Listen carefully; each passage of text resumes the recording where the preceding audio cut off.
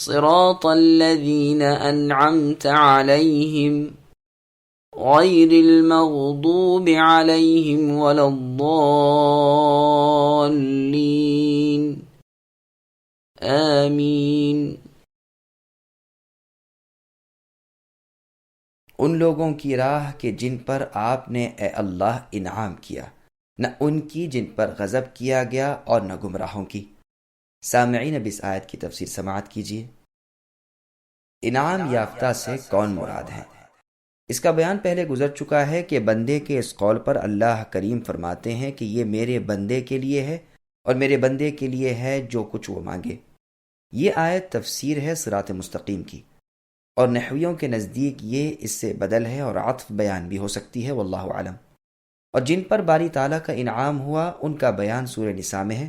فرمان ہے وَمَن يُطِعِ اللَّهَ وَالرَّسُولَ فَأُولَٰئِكَ مَعَ الَّذِينَ أَنْعَمَ اللَّهُ عَلَيْهِم مِّنَ النَّبِيِّينَ وَالصِّدِّيقِينَ وَالشُّهَدَاءِ وَالصَّالِحِينَ وَحَسُنَ أُولَٰئِكَ رَفِيقًا، یعنی رب تعالیٰ اور رسول کے ماننے والے ان کے ساتھ ہوں گے جن پر رب تعالیٰ کا انعام ہے، جو نبی اور صدیق اور شہید اور صالح لوگ ہیں، یہ بہترین ساتھی اور اچھے رفیق ہیں۔ یہ فضل الہی ہے اور اللہ کا جاننے والا ہونا کافی ہے۔ عبداللہ بن عباس رضی اللہ عنہما فرماتے ہیں مطلب یہ ہے کہ یا اللہ آپ مجھے ان فرشتوں، نبیوں، صدیقوں، شہیدوں اور صالحین کی راہ پر چلائیے جن پر آپ نے اپنی اطاعت و عبادت کی وجہ سے انعام نازل فرمایا۔ یہ آیت ٹھیک وَمَن يُطِعِ اللَّهَ إِلَى آخِرِہ کی طرح ہے۔ ربیع ابن انس رحمۃ اللہ علیہ کہتے ہیں اس سے مراد انبیاء ہیں۔ ابن عباس رضی اللہ عنہما اور مجاہد رحمۃ اللہ علیہ فرماتے ہیں رسول اللہ صلی اللہ علیہ وسلم اور آپ کے صحابہ رضی اللہ عنہم مراد ہیں۔ ابن عباس رضی اللہ عنہما کا قول زیادہ قوی اور معقول ہے، واللہ اعلم۔ جمہور کی قرأت میں غیر را کی زیر کے ساتھ ہے اور صفت ہے۔ زمخشری کہتے ہیں را کی زبر کے ساتھ پڑھا گیا ہے اور حال ہے۔ رسول اللہ اور عمر بن الخطاب رضی اللہ عنہ کی قرأت یہی ہے، اور ابن کثیر رحمۃ اللہ علیہ سے بھی یہی روایت کی گئی ہے۔ علیہم میں جو ضمیر ہے وہ اس کا ذوالحال ہے اور انعامتا عامل ہے۔ معنی یہ ہوئے کہ یا رب آپ ہمیں سیدھا راستہ دکھائیے، ان لوگوں کا راستہ جن پر آپ نے انعام کیا، جو ہدایت اور استقامت والے تھے اور اللہ کے رسول کی اطاعت گزار، اللہ کے حکموں پر عمل کرنے والے، اللہ کی منع کیے ہوئے کاموں سے رک جانے والے تھے۔ مغضوب علیہم سے کون لوگ مراد ہیں؟ ان کی راہ سے اے اللہ بچائیے جن پر غضب و غصہ کیا گیا، جن کے ارادے فاسد ہو گئے، حق کو جان کر پھر اس سے ہٹ گئے، اور گمگشتہ راہ لوگوں کے طریقے سے بھی ہمیں بچا لیجئے جو سرے سے علم ہی نہیں رکھتے، مارے مارے پھرتے ہیں، راہ سے بھٹکتے ہوئے حیران و سرگرداں ہیں اور راہ حق کی طرف رہنمائی نہیں کیے جاتے۔ لا کو دوبارہ لا کر کلام کی تاکید کرنا اس لیے ہے کہ معلوم ہو جائے کہ یہاں دو غلط راستے ہیں، ایک یہود کا، دوسرا نصارہ کا۔ بعض نحوی کہتے ہیں کہ غیری کا لفظ یہاں پر استثناء کے لیے ہے تو استثناء منقطع ہو سکتا ہے، کیونکہ جن پر انعام کیا گیا ہے ان میں سے استثناء ہوتا ہے اور یہ لوگ انعام والوں میں داخل ہی نہ تھے، لیکن ہم نے جو تفسیر کی ہے یہ بہت اچھی ہے۔ عرب شاعروں کے شعر میں ایسا پایا جاتا ہے کہ وہ موصوف کو حذف کر دیتے ہیں اور صرف صفت بیان کر دیا کرتے ہیں۔ اسی طرح اس آیت میں بھی صفت کا بیان ہے اور موصوف محذوف ہے۔ غیر المغضوبی سے مراد غیر الصراط المغضوب ہے۔ مضاف الیہ کے ذکر سے کفایت کی گئی ہے اور مضاف بیان نہ کیا گیا، اس لیے کہ نشست الفاظ ہی اس پر دلالت کر رہی ہے۔ پہلے دو مرتبہ یہ لفظ آ چکا ہے۔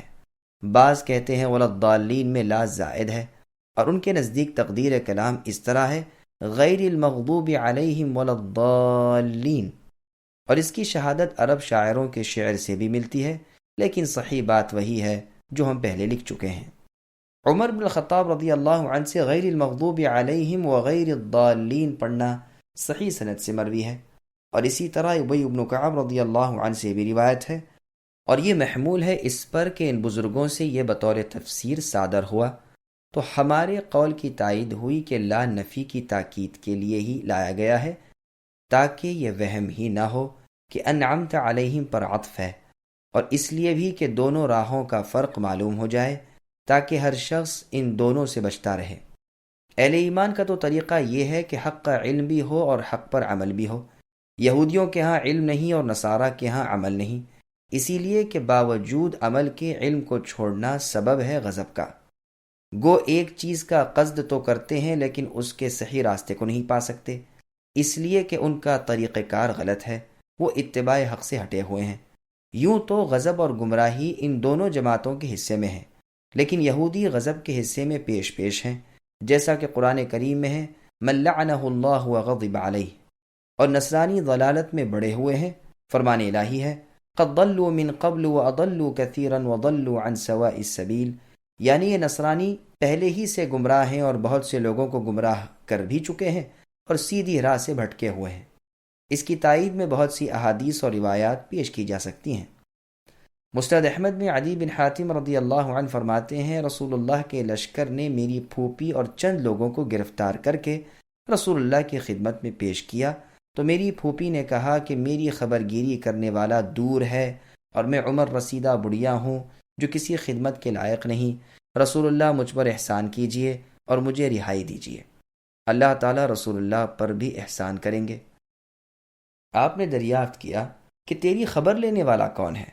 اس نے کہا عدی بن حاتم، یعنی میرا نام لیا۔ رسول اللہ نے فرمایا وہی جو اللہ اور رسول سے بھاگتا پھرتا ہے۔ پھر آپ نے اسے آزاد کر دیا۔ جب لوٹ کر آپ آئے تو آپ کے ساتھ ایک شخص تھے اور غالباً علی رضی اللہ عنہ تھے۔ انہوں نے فرمایا لو ان سے سواری مانگ لو۔ میری پھوپھی نے آپ سے درخواست کی جو منظور ہوئی اور سواری مل گئی۔ وہ یہاں سے آزاد ہو کر میرے پاس آئیں اور کہنے لگیں کہ رسول اللہ کی سخاوت نے تو میرے باپ حاتم کی سخاوت کو بھی مانند کر دیا، آپ کے پاس جو آتا ہے وہ خالی ہاتھ واپس نہیں جاتا۔ یہ سن کر میں بھی رسول اللہ کی خدمت میں حاضر ہوا۔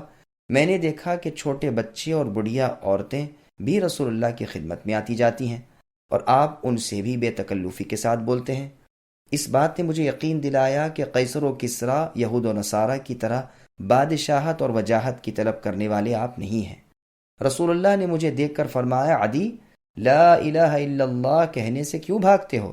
کیا اللہ کے سوا کیا کوئی اور عبادت کے لائق بھی ہے؟ اللہ اکبر کہنے سے کیوں منہ موڑتے ہو؟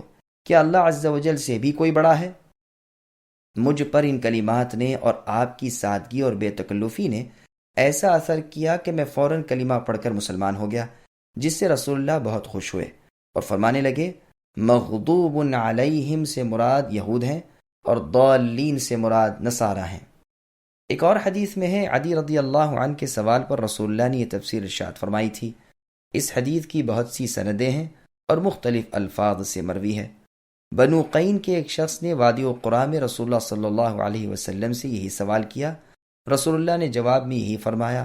بعض روایات میں ان کا نام عبداللہ ابن عمرو رضی اللہ عنہما ہے، واللہ عالم۔ ابن مردویہ میں ابو ذر رضی اللہ عنہ سے بھی یہی روایت ہے۔ عبداللہ بن عباس، ابن مسعود اور بہت سے صحابہ رضی اللہ عنہم سے بھی یہی تفسیر منقول ہے۔ ربیع ابن انس، عبد الرحمن ابن زید ابن اسلم رحمۃ اللہ علیہما وغیرہ بھی یہی فرماتے ہیں۔ بلکہ ابن ابی حاتم تو فرماتے ہیں مفسرین میں اس بارے میں اختلاف ہی نہیں۔ ان ائمہ کی اس تفسیر کی دلیل ایک تو وہ حدیث ہے جو پہلے گزری، دوسری سورہ بقرہ کی وہ آیت جس میں بنی اسرائیل کو خطاب کر کے کہا گیا ہے بئس ما اشتروا بہ انفسہم۔ اس آیت میں ہے کہ ان پر غضب نازل ہوا، اور سورہ مائدہ کی آیت قل هل انبئکم بشر من ذالکم، اس میں بھی ہے کہ ان یہودیوں پر غضب الہی نازل ہوا۔ ایک جگہ فرمان الہی ہے لعن الذین کفروا من بنی اسرائیل علی لسان داؤد وعیسی ابن مریم، یعنی بنی اسرائیل میں سے جن لوگوں نے کفر کیا ان پر لعنت کی گئی داؤد اور عیسی ابن مریم علیہم السلام کی زبانی۔ یہ بوجہ ان کی نافرمانی اور حد سے گزر جانے کے ہے۔